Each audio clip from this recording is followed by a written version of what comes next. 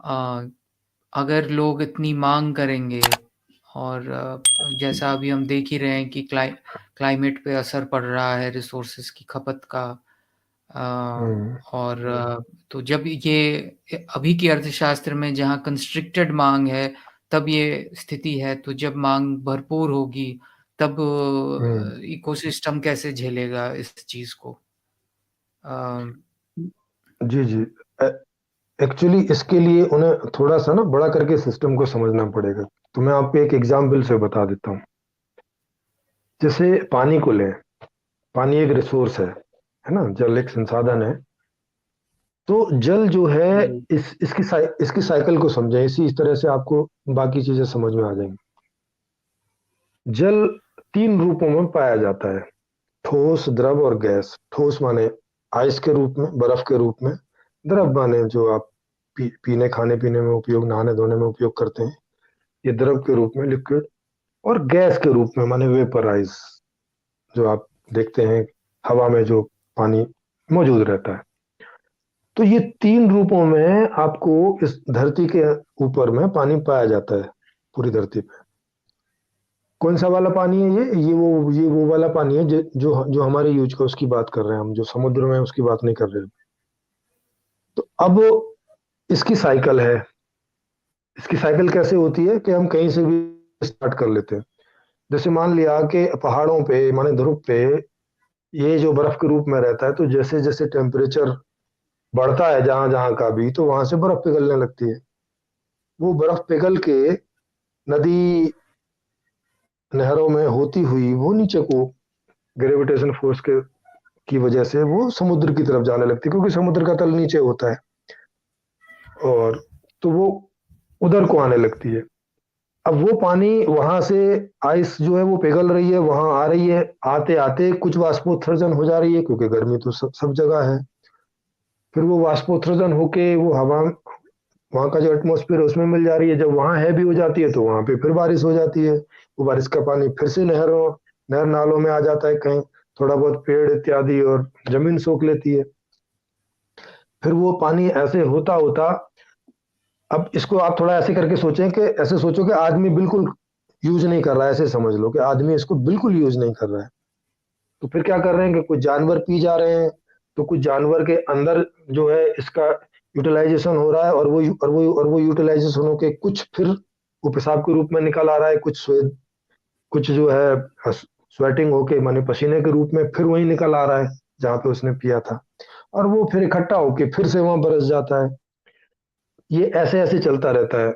जो पानी को यूज नहीं होता वो नदी नालों में होते होते समुद्र पर पहुंच जाता है। जितना जमीन सोख पाती है सोख लेती है जमीन। वहां तक पहुंच के समुद्र का पानी भी फिर वेपोराइज होता रहता है, क्योंकि वहां पर भी जब दिन में सूरज निकलता है, गर्मी होती है, तो गर्मी की वजह से वहां से वेपोराइज होता है। कुछ वहीं भी वर्षा हो जाती है, कुछ वो जो वेपोराइजेशन है हवा के द्वारा कहीं मैदानी क्षेत्रों में चला जाता है, तो वहां बारिश हो जाती है। कहने का मतलब ये जो पानी है ये तो कहीं से कम नहीं हो रहा ना। अगर आपने इस्तेमाल कर लिया, आपने थोड़ी देर के लिए समझ लो कि पानी आपने इतना इस्तेमाल कर लिया कि नदी नहर वाली पानी को आप समुद्र में नहीं जाने दे रहे। यही तो होगा, इससे ज्यादा तो और कुछ नहीं कर सकते ना। कि आपने उन सारी नदियों को, नहर वहर इत्यादि से अपने पूरे जो आपका जो स्थल वाला है, जगह है जहां पे आप रहते हैं, सब जगह आपने नहर नाली इत्यादियों से इस पानी को डिस्ट्रीब्यूट कर दिया, एक डैम बना बना के। एक तो डैम बना लिया, उससे बिजली बना रहे हैं, ऊपर से उस पानी को वहां पे कंट्रोल करके और नहरों नालियों इत्यादि के द्वारा जहां जहां भी आपको खेतों के लिए, रहने के लिए जहां भी चाहिए, सब जगह आप उसको ले जा रहे हैं। आप नहीं जाने दे रहे उसको जरा भी समुद्र में। अब क्या होगा कि वो पूरी धरती पे जहां जहां भी जगह है, सब जगह का वाटर लेवल ऊपर करके रखेगा, क्योंकि जमीन सोखती है पानी को। जब वाटर लेवल ऊपर करके रखेगा और पानी समुद्र में नहीं जाएगा, तो समुद्र का पानी भी थोड़ा सा डाउन होगा, तल डाउन होगा। तो जिनको अभी परेशानी हो रही है कि भाई अगर टेम्परेचर बढ़ा और बर्फ ज्यादा पिघली, तो समुद्र का तल बढ़ जाएगा, क्योंकि ऐसे कई देश हैं जो समुद्र में द्वीप की तरह रहते हैं, बीचों बीच। तो उनमें अगर तल बढ़ेगा तो उनके रहने के लिए जगह कम होगी। माने वो कोई कोई तो हो सकता है कि अगर 4-6 फीट ऊपर चढ़ा तो कोई तो द्वीप डूब ही जाए पूरा उसमें। तो अगर उस पानी का हम यूटिलाइज करते हैं पूरी धरती पर, उसको नहीं जाने देते नीचे, क्योंकि अब जनता भी खूब है, जानवर भी खूब है, स्टोर भी कर सकते हैं, वहीं से वहीं वो हवा में वाष्पोत्सर्जन हो रहा है और वो फिर वहीं वहीं पर बरस जा रहा है। तो इससे क्या प्रॉब्लम होगी? क्योंकि जब बारिश होती है तो टेम्परेचर अपने आप डाउन हो जाता है, एक लेवल पे वो रहता है। मान लो 2-3 डिग्री का टेम्परेचर बढ़ गया, तो 2-3 डिग्री का टेम्परेचर बढ़ जाएगा, तो जो ऐसे इलाके हैं कि जहाँ ज्यादा गर्मी रहती है, जहाँ पे सूरज की डायरेक्ट रोशनी पड़ती है, वहां से थोड़ा ऊपर शिफ्ट हो जाएंगे। वहां पे सोलार सिस्टम टाइप का कुछ लगा देंगे जिससे हम बिजली भी ले सकते हैं। नहीं रहे वहां पे, जब थोड़ी सी बर्फ पिघलेगी 2-4 डिग्री का हो गए, तो ऊपर जगह हमें मिल जाएगी ना। भाई अभी ऊपर बर्फ ज्यादा है तो वहां हम नहीं रहते, तो हम थोड़ा नीचे आ जाते हैं। तब बर्फ का थोड़ा इलाका खाली हो जाएगा और नीचे वाला थोड़ा इलाका है वो ज्यादा गर्म हो जाएगा, तो वहां रहने की जरूरत नहीं है, वहां से थोड़े से ऊपर शिफ्ट हो जाइए। इससे क्या फर्क पड़ने वाला है? एक तो ये हो गया, दूसरा ये हो गया कि जब ये व्यवस्था पूरी दुनिया में आ जाएगी, तो जो ऐसी जगह है जहां पर गर्मी का और इस तरह का कोई प्रकोप है, वहां पे लोगों को रखने की क्या जरूरत है? वहां से उठाइए लोगों को, और इतनी दुनिया खाली पड़ी है, पूरा यूरोप खाली पड़ा है, पूरा रशिया खाली पड़ा है, वहां पर रखिए ना। क्या जरूरत है लोगों को ऐसी जगह रखने की? वो तो इसलिए रह रहे हैं ना कि उनका अपना देश है।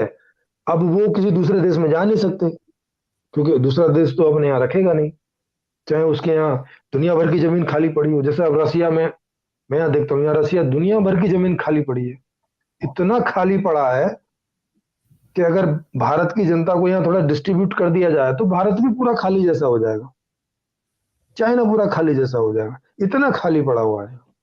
आप सोचो, रसिया भारत से क्षेत्रफल में बहुत बड़ा है, और ये जनता कितनी है कुल? 30-32 करोड़ जनता है, जी। शायद उससे भी कम, 24 करोड़ कुछ ऐसी है। 30-32 तो अमेरिका की है, 24 करोड़ जनता है यहाँ की, 22-24 करोड़ कुल।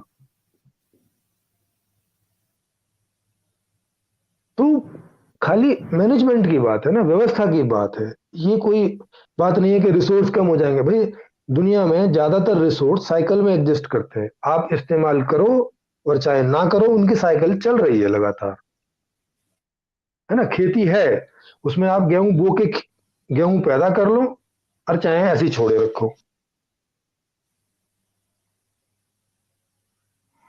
नहीं। हाँ, मतलब हाँ, अभी जो साइकिल्स डिस्टर्ब हो रही हैं, आपके कहने का मतलब है वो है कि कंसंट्रेशन कहीं पे बहुत ज़्यादा है और कहीं पे बहुत कम है व्यवस्था के कारण, तो हाँ। वहाँ पे यस। प्रॉब्लम हो रही है। अगर हम ओवरऑल यस। यस। देखेंगे तो ये मैनेजेबल होगा। हाँ, ओवरऑल देखेंगे तो ये मैनेजेबल होगा। और दूसरा ये भी है कि चूंकि सारी चीजें तो सर्कल में ही होती हैं, दूसरा ये है कि रिसाइकलिंग नहीं हो रही है अभी। रिसाइकलिंग क्यों नहीं हो रही है? पूंजीवाद में रिसाइकलिंग करना महंगा पड़ता है।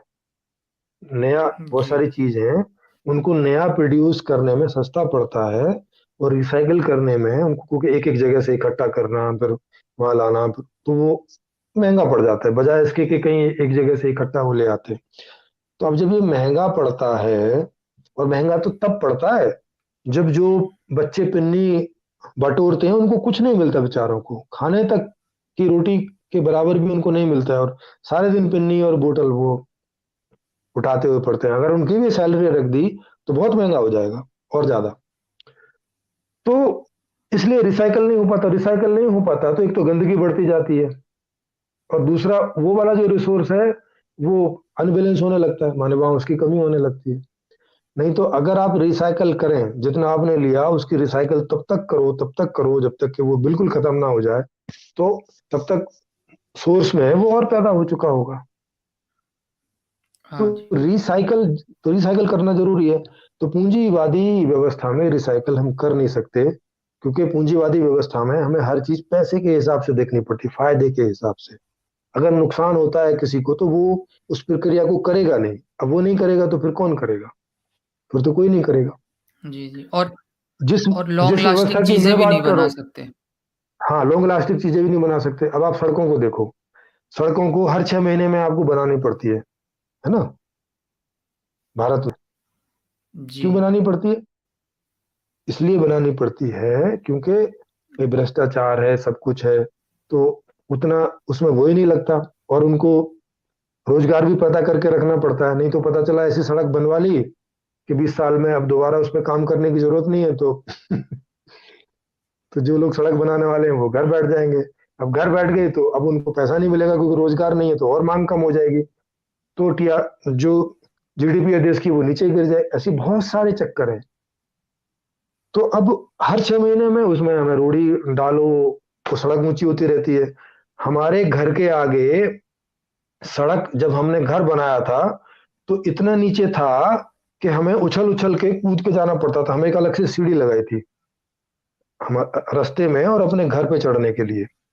अब वो सड़क लेवल में आ चुकी है, बिल्कुल एकदम फ्लैट, कम से कम 6 फुट ऊपर चढ़ चुकी है वो सड़क। कभी कुछ डालते, कभी 3 4 बार वो बनाई, ऐसे 2 2 फुट की बनाएंगे, 3 4 बार में वो चढ़ जाती है इतनी सारी। तो अब ये सब वेस्टेज ही तो है।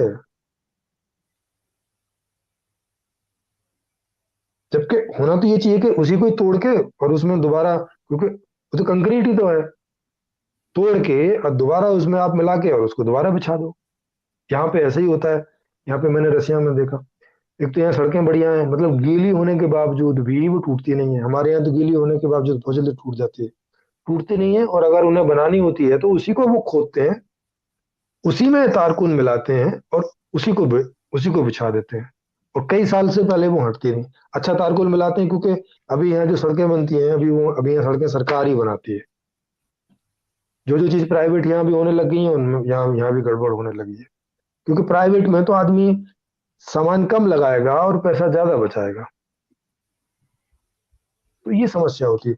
तो ऐसे छोटे छोटे ना कई सारे पॉइंट हैं जिस वजह से पूंजीवादी व्यवस्था में बल्कि ज्यादा संसाधन यूज होता है और आउटपुट कम आता है।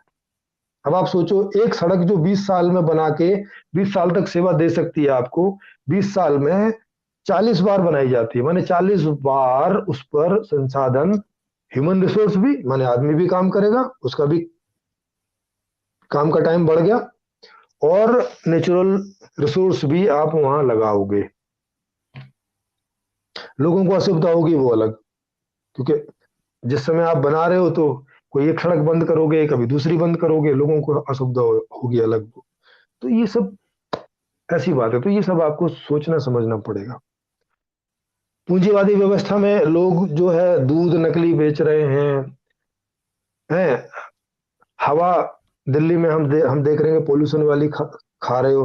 तो अब ये सब करके बीमार होगे कि नहीं होगे? बीमार होगे। जब बीमार होगे तो उसके लिए हमें बड़ी मात्रा में हॉस्पिटल खोलने पड़ रहे हैं, प्राइवेट भी सरकारी भी। 5 5 लाख का बीमा करना पड़ रहा है सरकार को भी और वैसे भी। तो ये सब वेस्टेज ही तो है ना, और क्या है। हुँ, जी। कुछ और जी। कमेंट्स में क्वेश्चंस आ रहे हैं। एक हम्म।